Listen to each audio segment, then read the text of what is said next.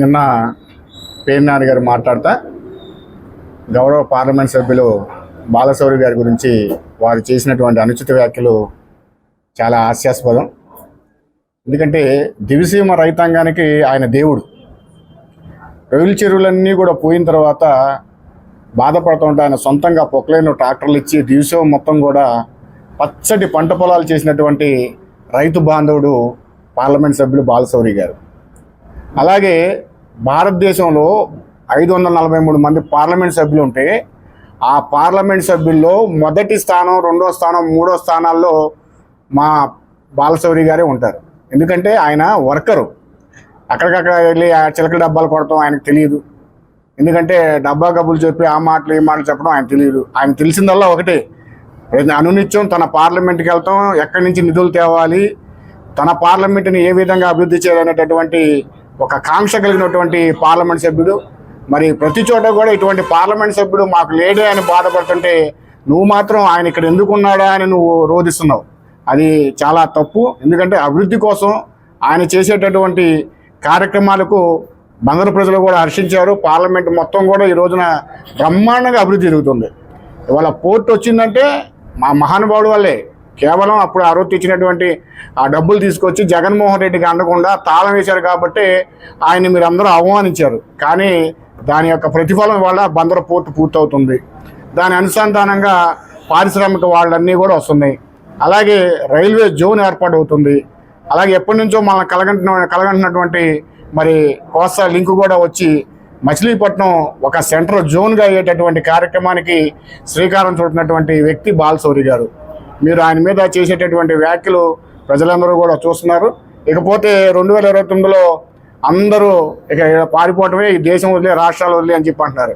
2029లో మొట్టమొదటి ఈ రాష్ట్రంలో ఓడిపోయే వైసీపీ టికెట్ ఏదైనా ఉందంటే అది మచిలీపట్నంలోనే. అది నువ్వు నుంచి ఉంటావా, నీ కొడుకు నుంచి ఉంటాడో, ఎవరి నుంచి ఉంటాడో అది మీరు తెలుసుకోవాల్సింది. ఇకపోతే బాలశౌరి గారు నిన్న అక్కడ జరిగినటువంటి దిశ మీటింగ్లో కమిషనర్ గారిని మొత్తం కూడా వివరంగా అడిగారు చెప్పమని. ఆయన చెప్పారు, కొంతవరకు చెప్పి ఆయన కోర్టులో పరిధిలో ఉందని చెప్పారు. వెంటనే ఆయన సమాధానం చెప్పలేదు. వెంటనే కలెక్టర్ గారికి ఇచ్చి మీరు యాక్షన్ తీసుకోండి, ఇది ఏం జరిగింది అనేది నాకు తెలియాలి అని చెప్పి ఒక అధికారికి ఇంకొక అధికారికి ఇద్దరికి ఆయన ఇచ్చినటువంటి మెసేజ్ నీకు చులకనగా అనిపించింది. ఎందుకంటే ఎప్పుడో జరిగింది, ఇప్పుడు వచ్చారు. అసలు నీకు ఆ కొబ్బరి తోటలు ఇల్లు కట్టనీయకుండా చేయాలనే ప్లాన్ కదా ఇది.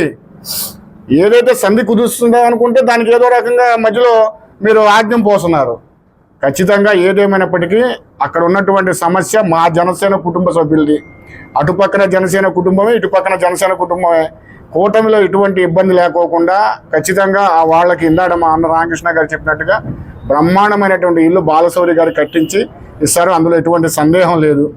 అలాగే సెంట్రింగ్కి అయినటువంటి అమౌంట్ మొత్తం కూడా 1,85,000 ఆ బాధితుడిని పిలిచి వెంటనే బాలశౌరి గారు అతను నష్టపోయాడు పాపం, ప్రతిరోజు కూడా కూలి చేసుకుంటాను గడవని కుటుంబం అంటే రామకృష్ణ గారు వెంటనే ఆయనకి 1,85,000 రూపాయలు ఇచ్చినటువంటి చరిత్ర మన బాలశౌరి గారిది.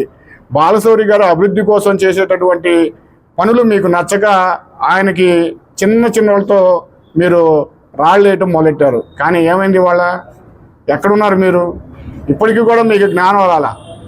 కేవలం అతని మీద అభివృద్ధికి, అలాగే అతను వచ్చాడంటే మొత్తం అంతా కూడా క్రెడిట్ అంతా ఆయనకి వెళ్ళిపోద్ది బాలశౌరి గారికి, నన్ను పట్టించుకునే వాళ్ళు ఉండరు అనేటటువంటి ఒక్క దీంతోనే మీరు ఆయన్ని అవమానించాలని చూస్తున్నారు. ప్రతిసారి కూడా బాలశౌరి గారి మీద మీరు చేసేటటువంటి అనుచిత వ్యాఖ్యలు ఈసారి మాత్రం ఖచ్చితంగా ఇంకొకసారి బాలశౌరి గారిని అంటే మాత్రం జనశ్రేణులు ఎవరు కూడా ఊరుకునే ప్రసక్తి లేదు. ఇకపోతే పవన్ కళ్యాణ్ గారు ఫోటోషూట్ చేసుకుంటున్నారు. గోదావరి మొత్తం కూడా క్లీన్ చేస్తున్నారు. 200 రూపాయలు చెప్పులు ఇచ్చి స్టేట్ ఛానల్లో ప్రచారం చేసుకున్న నాయకుడు కాదు పవన్ కళ్యాణ్ గారు. వేల కోట్ల రూపాయలు, లక్షల కోట్ల రూపాయలు తన కష్టార్జితం జన సైనికులకు ద్వారా ఈ రాష్ట్రంలో ఎవరైనా ఇచ్చాడంటే 30,000 కోట్ల రూపాయలు రైతులకు ఇచ్చినటువంటి రైతు బాంధవుడు, మానవ సేవ మాధవ సేవ అన్నటువంటి ఏకైక నాయకుడు, కలియుగ కర్ణుడు మా పవన్ కళ్యాణ్. ఇది మీరు గుర్తెరగాలి. ఎందుకంటే ఇవాళ మీరు కొబ్బరి తోట మీద ప్రేమ చూపిస్తున్న కొబ్బరి తోట కాళ్ళకి ఏమన్నా ₹1 బిళ్ళలు మీరు అని ఇచ్చారా? అది మేము అడుగుతున్నాం. ఏదేమైనా కూడా సమస్య పరిష్కారానికి మనం వేదిక కావాలి, కానీ ఆ సమస్యను మరింత జటిలం చేసి పాపం వాళ్ళు ఇల్లు కోల్పోయి వాళ్ళు నష్టపోతున్నారు. ఎందుకంటే ఆ నష్టానికి పూర్తి కారణం గత 10 ఏళ్ల కింద మీ అనిల్ చేసినది అని చెప్పి అందరూ చెప్పుకుంటున్నారు.